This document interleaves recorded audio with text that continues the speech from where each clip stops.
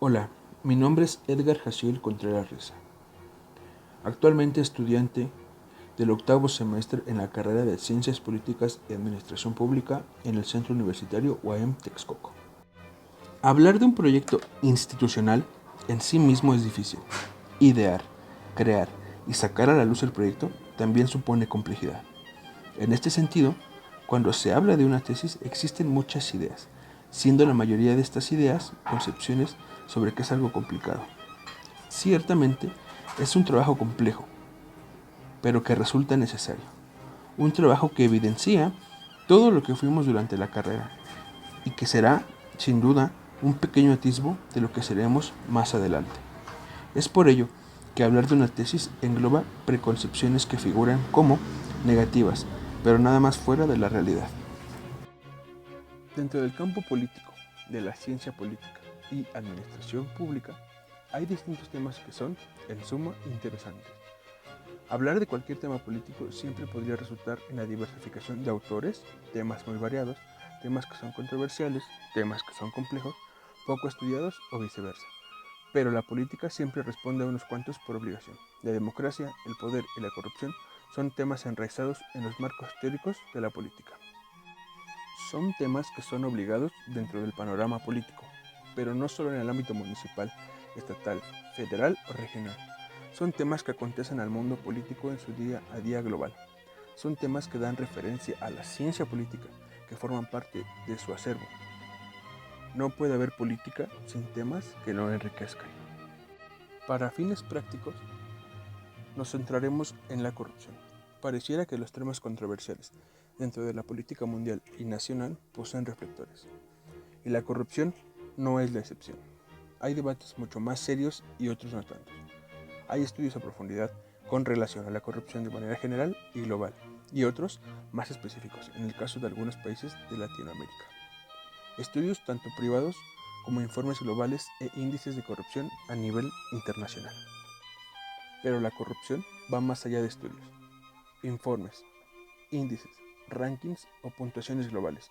Es un mal que ha aquejado a millones de personas en todo el mundo. La corrupción tiene sensaciones de ser un tema actual, de ser un tema contemporáneo. Quizás por el contexto y la realidad en la que vivimos ha tomado mayor relevancia. Sin embargo, esto no ha sido así. La corrupción ha existido desde distintas épocas, clásicas, modernas y contemporáneas, pero es necesario saber que, dentro de todas las épocas, ha sido considerada un vicio dentro del orden público y del orden privado. Conceptualizar a la corrupción es un hecho fundamental para entenderla. Por ello, Tanzi menciona que la corrupción es el incumplimiento intencionado del principio de imparcialidad con el propósito de derivar de tal tipo de comportamiento un beneficio personal o para personas relacionadas. Violar el principio de imparcialidad es el factor determinante de esta concepción, es decir, abusar de un estatuto dentro del factor económico para el beneficio personal, sea monetario o algún beneficio en materialización de quien posee la facultad de detentar el poder administrativo y o público en el ámbito económico. Otra concepción un poco más entendida, aunque comprometedora, es la del Banco Mundial y menciona que la corrupción es el abuso del funcionario público para beneficio privado. Esta definición es sumamente comprometedora con el aspecto del Estado, pues esta concepción pareciera que excluye a las cuestiones privadas de la corrupción y se enfoca determinantemente en la administración pública. Se enfoca en todas las anomalías del Estado y se cree que la corrupción deriva de las prácticas del Estado. Sin embargo, encasillar a la corrupción en una sola instancia sería limitar a esta concepción y distintas.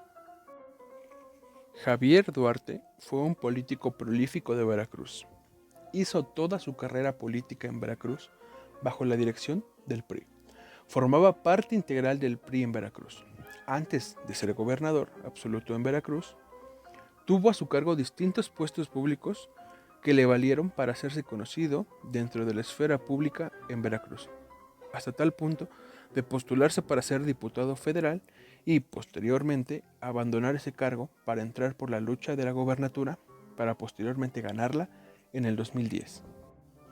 Gozó de una amplia herencia histórica, pues Veracruz siempre había sido gobernado por el PRI. No existía otro frente político que le hiciera ruido. Es decir, que ganara Javier Duarte no fue sorpresa para nadie, y mucho menos para él, ya que sabía que contaba con una estructura detrás suyo, la confianza de su antecesor, la confianza de un partido político que siempre había sido hegemónico en Veracruz y en experiencia de la vida pública que dejó atrás una candidatura para diputado federal. Sin embargo, aunque parezca totalmente imposible, no todo fue malo. Es decir, hubo cientos de millones de pesos desviados, aumento de la deuda pública. No obstante, el primer año de Javier Duarte potenció al Estado y le dio un repunte que no se veía venir. Pero también, quizás, fue el anuncio de un derrumbe, que de algún modo es algo que ya se venía proliferando.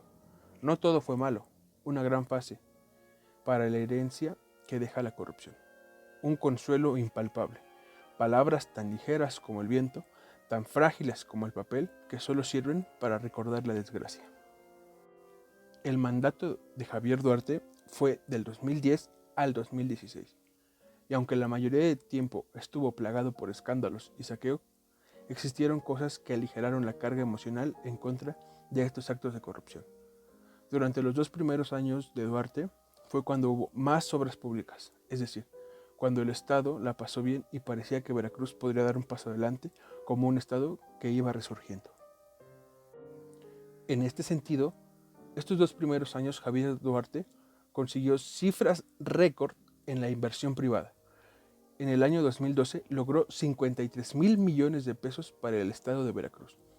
También logró la creación de 230,000 nuevos empleos para los veracruzanos en distintos sectores económicos dentro del estado, así como la implementación de importantes programas sociales para favorecer en amplia gama a los sectores más desprotegidos de Veracruz y lograr con ello un avance dentro de los grupos sociales con una carencia de obra pública.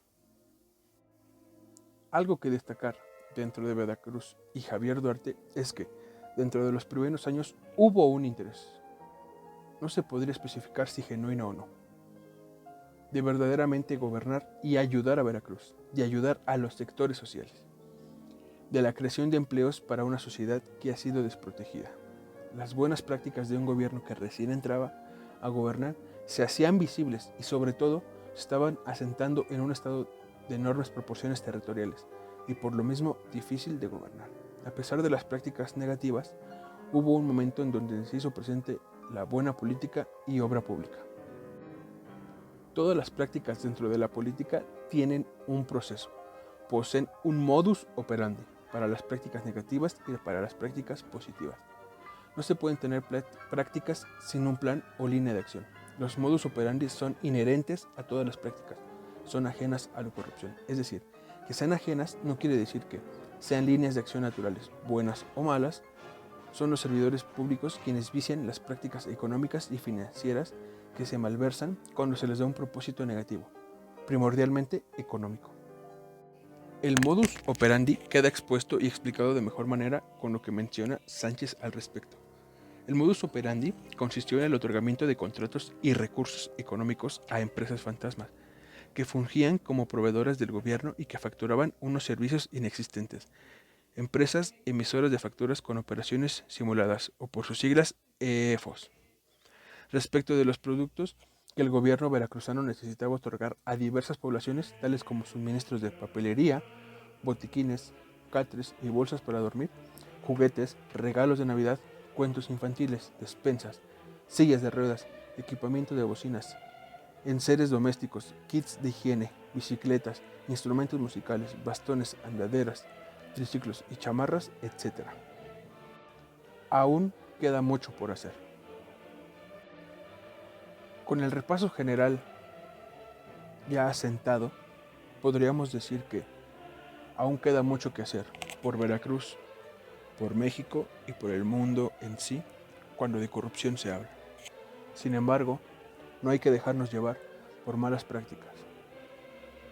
La corrupción va a seguir existiendo en pocos años y en muchísimos años más. Sin embargo, nosotros como sociedad también tenemos que dar un paso hacia adelante y empezar a cambiar las prácticas que se han mal formado con el pasar de los tiempos. La corrupción es un tema totalmente estructural y arraigado.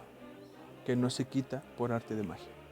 Sin embargo, podemos actuar en un escenario de cooperación e integración junto con el Estado para beneficiarnos y empezar a hacer cambios que puedan traer cosas favorables a México, al mundo, y lamentablemente ya es tarde para Veracruz.